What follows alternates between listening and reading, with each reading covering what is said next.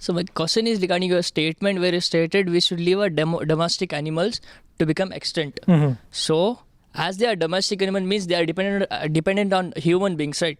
So instead of leaving them to be extinct, why don't you teach us to love and nurture them well and take those animals with us? So this counter example for this is, as we see our deities also living with animals, and the previous generation were living with animals like cows, and they have a proper dairy items, and where we can see the animal harming to animals came with the modernizations, and we started living wearing leather products and all. So so instead of getting modern, why don't you teach us to love animals a good way and take those with us instead of leaving them to become extinct? I have a doubt. When you said previous generation, can you tell me which generation you're talking about? I don't know, maybe 100 years back they were living with cows and all, and they were having a proper dairy system. So you're talking right now only about dairy and not about meat? Nope, I'm totally against harming animals, but Killing. So you understand the killing part is wrong. Okay, fine. even the harming. Okay. Now this is the same answer I pretty much gave to him.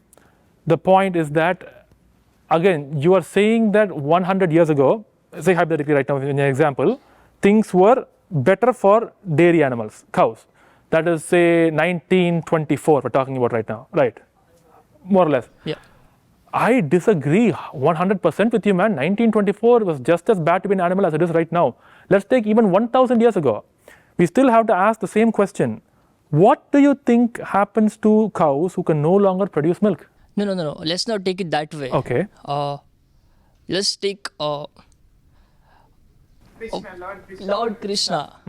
He's living with animals. He's not he's not harming the people, and he's not living with the cows who are not giving us milk. He's treating them well, and even animals were happy at that time. So why don't you teach us that way to treat animals? See, first things first is, these are epics what you're quoting. These are legends that we talk about, right? These are legends and epics that we quote. Yeah, but I believe it's... You believe, fair enough, you can believe that. I'm not telling you not to believe that. But I'm saying is that back then in Lord Krishna's time, if you want to look at it from that perspective, he lived in what we called as the Dwapara Yuga. This is right now the Kali Yuga. In this Yuga, if you want to obtain milk, it is pretty much blood milk at this point in time. I am not arguing about what Lord Krishna did in his time. I am not saying anything against that. But we have to come to reality in what times we're living in right now. And in this modern times, if you want to, first of all, stop harming cows, I would say the first prerequisite is please stop consuming dairy and be a vegan.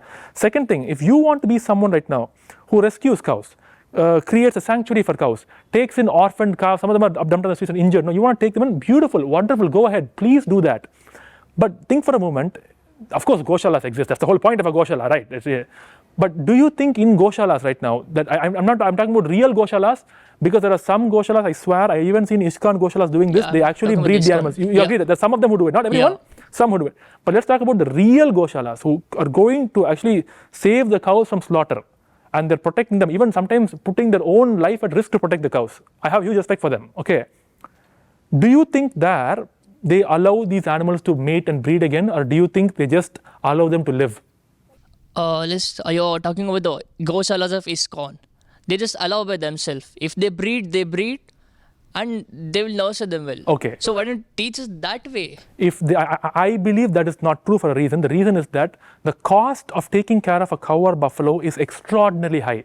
Many of these Goshalas are literally begging for money at this point because it is just so expensive, and the number of animals being born into existence in the dairy industry is endless. See, these are victims and thrown away survivors from the dairy industry. Every cow they have saved has initially been born in the dairy industry, true or false? Yep, maybe. I can assure you, in this country, no one raises cows just to eat their flesh. You're aware of that? In this country, no one, if you go to Europe or America, they have something called as beef cattle. They raise only for killing the animal. Yes. This country, no one does beef, because once they are no longer used to the dairy industry, they are thrown for slaughter only. Every cow who is rescued in a Goshala right now, was originally born in a dairy farm, who's been rescued there. And they're already struggling with so much financial difficulties to take care of these animals, to give them proper veterinary care, to feed them proper food and nourish them. Many of these places where the cows actually die off, have you seen them? They die off with hunger, they get sick and emaciated. When that is the current scenario right now, why not neuter them and not let them breed? Because already the house is on fire. Okay, should we pour more petrol? Like, we understand the situation right now for cows is bad. Let's say tomorrow the world becomes vegan and you have a goshala where cows are living happily, they're breeding among themselves, and you are not even taking milk or nothing, you're just letting them be. I don't have a problem. I'm not saying they should go extinct. I'm not saying we must make animals purposely go extinct. If I had a button right now that I could push to make them extinct, I'll push it. If you probably will not, but I will do that. Because I believe anything is better than suffering. And I'll assure you, if we were in their position, we would do anything not to be there. I mean, if I was sitting here right now and a hammer is going to be smashed on my head, I don't want to be there. I will do anything not to be here. So when the current scenario right now is like a house that's burning on fire, by giving birth to more animals, don't you think we're adding petrol more to the fire? Because how do we take care of them? We're not even able to take care of the ones that already exist.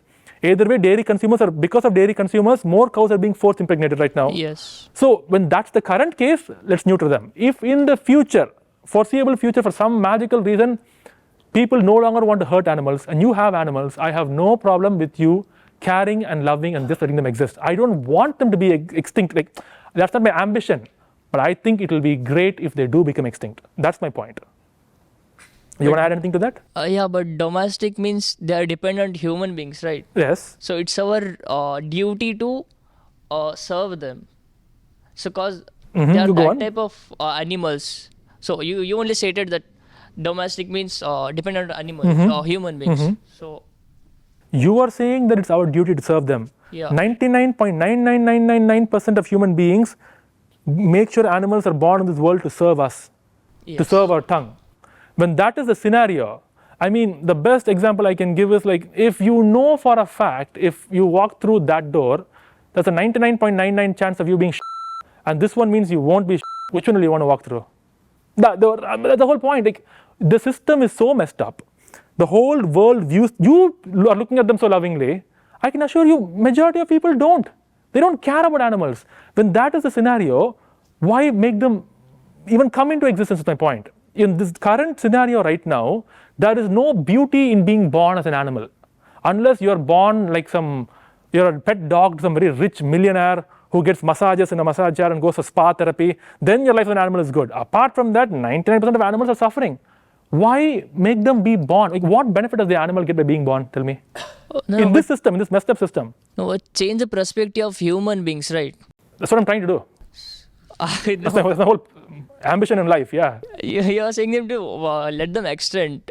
But make humans, you said I love animals, make other humans like me. Okay, I'll tell you why. I am not focusing on making people compassionate towards animals because that is not necessarily going to end the suffering. For example, I can show you plenty of people who are vegans who don't care about animals. As in, like, they don't find animals cute. Like, if you see a cow, you might feed them, you might pet them, right? I'm the same kind of person. If I see a dog, I'll call the dog, I'll pet the dog. That's how I am. Majority of vegans are not even animal lovers. They are just saying it's wrong, so I won't do. To expect every human being to now not only not harm animals, but be loving towards them is a wonderful and noble idea you have. But I am not going to put my focus on that. At this point, I want to reduce and end as much suffering as possible. Because someone can say, hey, I'm nice to the animal, but still eat meat. There are plenty of animal lovers who eat meat, dairy, and eggs. But if someone says not an animal lover, they even say they hate animals, but they're vegan. They're still causing less harm and suffering. Yes. So why does it matter whether, I don't want to ask people to be kind and loving right now. I want them to just stop contributing to the suffering. You get, but my focus is? I'm getting. That's where I'm coming from.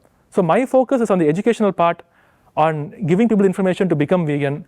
And by them, each person turning vegan can impact the life of hundreds of animals in their lifetime by not even letting them to be born in this world. By me being vegan, I didn't save a single life. But because of me right now for 10 years of being vegan, so many animals that were never even born on earth to suffer. That's what I'm trying to do right now with people. Yes. I got it. That's it? Yeah. Thank you. you. Sure.